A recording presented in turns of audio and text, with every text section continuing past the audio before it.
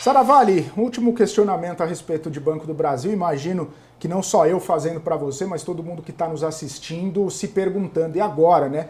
O que fazer com as ações de Banco do Brasil diante desse cenário?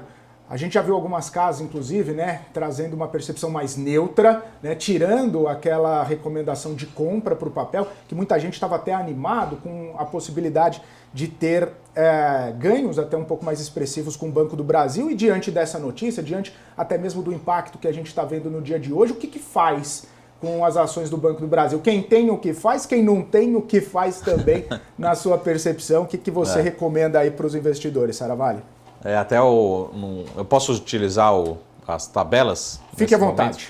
Então eu trouxe duas tabelas do próprio release, ou seja, oficial do próprio Banco do Brasil, para a gente ilustrar aqui, tá? E aí, enquanto isso, nesse momento eu vou falar para você aqui como analista, como uma recomendação de fato que a gente passa também para os nossos clientes, investidores, né, da MSX, o que a gente está recomendando hoje, que a gente recomendou hoje pela manhã, tá? Então a gente pode ilustrar aqui nas duas tabelas, tá? Para a gente ter essa evolução. Tá? O que aconteceu com o Banco do Brasil? Tá? A nossa expectativa na MSX especificamente era 9,3 bi, ou seja, algo relativamente parecido com o que vinha entregando, ou seja, sem uma evolução. A gente viu o Itaú crescer lucro, o Bradesco crescer percentualmente lucro, o Banco do Brasil, nossa expectativa é que fosse algo 0 a 0, que fosse bom, tá? Ou seja, 0 a 0 era um número bom, já era esperado. Só que ele teve uma redução da ordem de grandeza de 20% do lucro líquido, já saindo da casa dos 9 bi, acima de 9 bi, saindo para a casa dos 7 bi, um pouco acima de 7 bilhões de reais. Ou seja, essa percepção também se traduz num retorno sobre o patrimônio menor, como a gente está vendo aqui. Tá? Então, é um pouco dessa discussão. Ele vai conseguir voltar para os 9 bi rapidamente em 1, 2 trimestres, ou leva 1, 2, 3 anos para ele voltar a rodar esse patamar, tanto de lucratividade como retorno sobre o patrimônio. É um pouco dessa discussão. Então, você que é investidor, Marco, eu estou olhando para curtíssimo prazo, tá? Curtíssimo prazo, eu continuo muito mais confortável com o Itaú, que a gente já falou aqui várias vezes, entregou ótimos resultados, surpreende positivamente. Até ontem eu estava discutindo com o investidor, falei, Marco, eu não sei o que fazer com esse caixa aqui, né? Compre Itaú, né? Deixa lá comprar no Itaú, que continua entregando retorno sobre o patrimônio. Mas está um pouquinho mais caro, mas eles são muito consistentes, muito conservadores, até eu acho que o lucro poderia ser maior, e o dividendo, até inclusive depois desse resultado do Banco do Brasil, o dividendo do Itaú pode ser até maior do que o Banco do Brasil, olhando para os próximos 12 meses. Tá? É um pouco dessa discussão. E aí na próxima tabela, o que o Banco do Brasil, né, nessa noite falou para a gente, para nós analistas, né, estrategistas? Falou o seguinte, pessoal, o guidance, o que é o guidance? Né? A sinalização, o que eu vou entregar para o ano está suspenso. Eu estou revisando, tá? O primeiro trimestre mudou completamente as projeções e, de fato, se os próximos 3 trimestres forem iguais ao guidance anterior, mas só com o primeiro trimestre, já tem que revisar para baixo, em torno de 5 a 10%. Tá? Mas se o primeiro trimestre for repetir nos próximos trimestres, a gente vai revisar muito para baixo, em torno de 20%.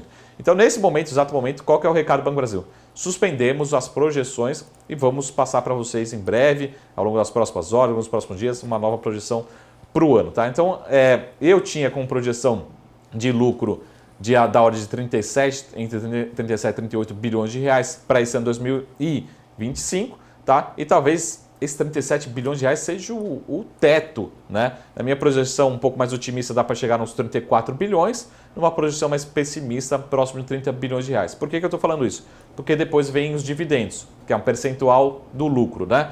Então, pegando essa faixa da minha projeção atualizada, eu chego num dividend yield mais próximo de 8%, que ainda é bom, tá? Mas não é mais um espetáculo e a gente talvez consiga encontrar até em outros bancos, tá?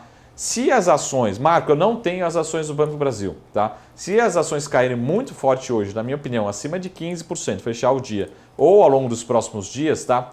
Aí a gente está falando de um múltiplo mais baixo. O mercado exagerou nessa queda, tá? Aí vale a pena até o inverso. Você começar as compras, montar uma carteira, porque o mercado vai estar exagerando, tá? Falando sobre preço sobre lucro, na abertura, tá? Sem contar com o preço agora atualizado, nas minhas projeções a gente chegou a ter, ali no final do ano passado, quando as ações caíram forte, chegou a ser negociado abaixo de 4 vezes lucro, que de fato era uma belíssima oportunidade, até eu cheguei a gravar alguns vídeos sobre isso. Agora, com essa projeção, fechamento de ontem, tá? A gente chega a negociar um preço sobre lucro ali mais perto de 5,5. Ainda é muito barato, né? Mas olhando para o desconto dos seus pares, né, em relação ao histórico, já não parece ser tão barato assim, tá? Então a gente precisa esperar um pouco para você ter novas entradas, esperar o que vai ser o fechamento de hoje, né?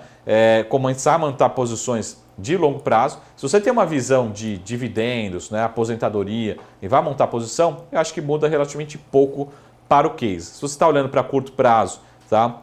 Não acho que seja o melhor momento.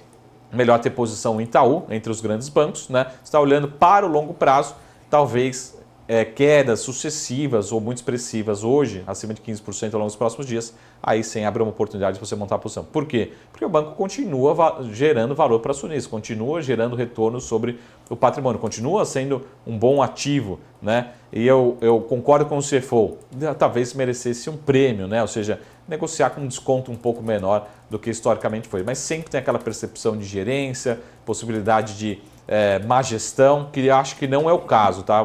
Deixando bem claro aqui, Felipe, não acho que seja o caso de uma má gestão, pelo contrário. O Banco do Brasil sempre foi visto um ativo bem isolado, né? Eu pegar as últimas gestões, né? Bem independente, né? E continuo vendo com uma boa gestão. Não vejo com preocupações políticas nesse momento. Tem desconto?